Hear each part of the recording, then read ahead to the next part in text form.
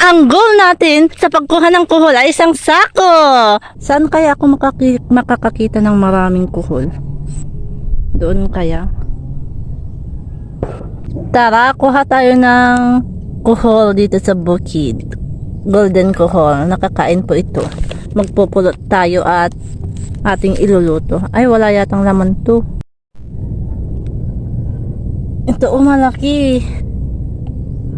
Tapos ito. Yun. So far, ito pala yung nakuha ko, mga 5 piraso. Ang hirap palang kumuha ng ganito kapag nagtatago sila. Nagtatago sila dyan sa mga palay. Yan, magkakadikit sila at kukunin ko na kayo. Ang lalaki. Pag ginalaw mo yung tubig, titigil silang maglakad. Tingnan nyo. Kaya kukunin na kita. Naglalakad, malaki. Teka lang. Ito oh. Nakikita nyo ba to? Okay, pagod na akong kumuha. Ang laki. Meron pa kaya doon? Nakakabagod pala.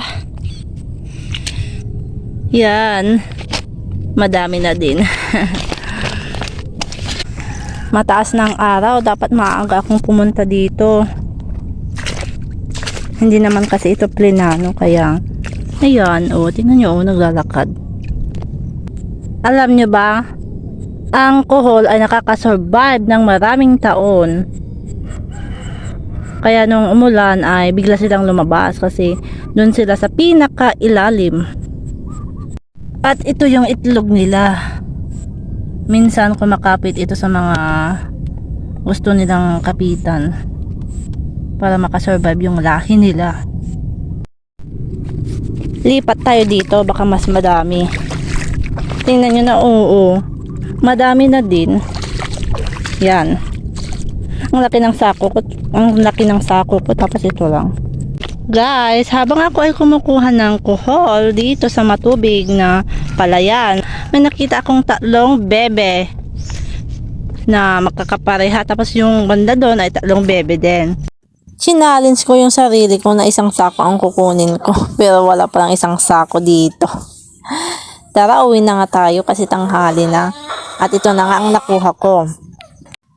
Nanan, ito na. May isang tabo na rin dito. Akala ko isang sako. Hayaan lang natin dyan hanggang sa malinis siya. Tapos, kinabukasan, pwede na yan lutuin. Lutuin natin with gabi. Inalis ko muna yung mga naisamang dumi kasi baka yun ang kainin niya. Itong mga ganito. Linisan muna. Huwag nyo nang hugasan. Basta i-diretso na sa timba. Maraming salamat po sa nanood. Sana huwag nyong kalimutan na i-subscribe ang aking channel.